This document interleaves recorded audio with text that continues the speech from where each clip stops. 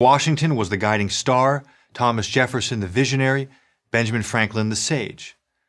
But Hamilton was the pragmatist, the man who got it done. This most self-made of self-made men took a country with no past and planned its future. He was born on January 11th, 1755, on the island of Nevis.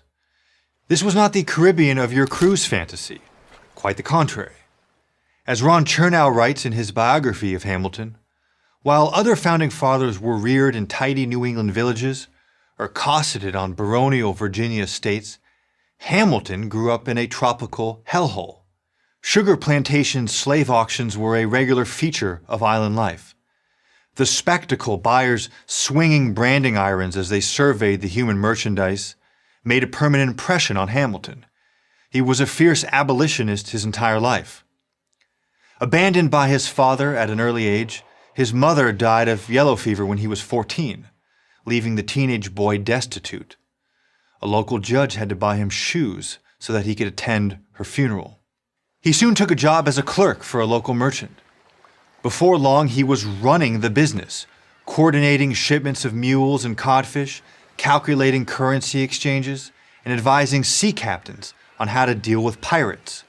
It was an unmatchable apprenticeship in trade, credit, and commerce. In 1773, he arrived in New York to attend King's College, the forerunner of today's Columbia University. Swept up in the revolutionary fervor of his adopted country, he dropped out to join the Continental Army. He quickly came to the attention of George Washington, who made him a staff officer.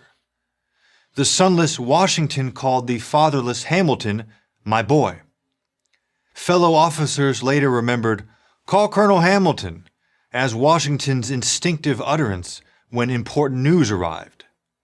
As Washington's trusted aide, he was involved in every aspect of running the war, including actual fighting where he distinguished himself on multiple occasions. But more than anything, it was his dealings with the weak and indecisive Continental Congress that shaped his political views.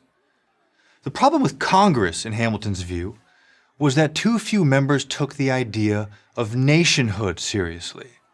They quarreled over their narrow interests rather than uniting over the national interests. As the war was winding down, Hamilton laid out the choice before the country in a widely read 6-part essay. "We could become a noble and magnificent federal republic," he wrote, "closely linked in the pursuit of a common interest, or we could stumble ahead as a number of petty states with the appearance only of union." It was clear where Hamilton stood. The speed by which the United States became a unified nation with a cohesive federal government is largely a result of his tireless efforts before, during, and after the Constitutional Convention. Washington named Hamilton, still only 34, to be the first Secretary of the Treasury. He served in the post for almost 6 years. His task was nothing short of Herculean: put the country drowning in war debt and teetering on the edge of bankruptcy on a sound financial footing. He succeeded, and in doing so set the course for America to become the world's most prosperous nation. Historian Leonard White writes that Hamilton was not only the greatest administrative genius of his generation, but one of the great administrators of all time. There's no telling what Hamilton might have achieved had he lived a longer life. Instead, he died one of the most pointless deaths in American history. As hard as it is to fathom today, he was killed in a duel with the Vice President of the United States, Aaron Burr, a man with whom he had a long and bitter political feud. Hamilton fired his pistol harmlessly into the air. He never intended to kill Burr. To Hamilton, it was an affair of honor. But to Burr, it was something else. The vice president took careful aim, shot and mortally wounded his rival, who spent some 30 hours in agony before succumbing. Hamilton was 49. Hamilton lived in a time when the great danger to the national project was a government that was too weak.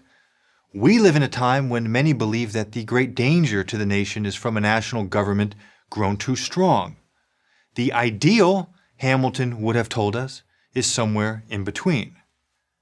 But perhaps America will have to wait for another Hamilton to achieve that happy medium. I'm Joseph Tartakovsky, Senior Fellow at the Claremont Institute for Prager University.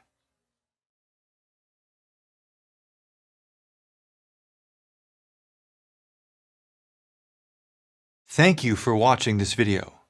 To help keep PragerU videos free, please consider making a tax-deductible donation.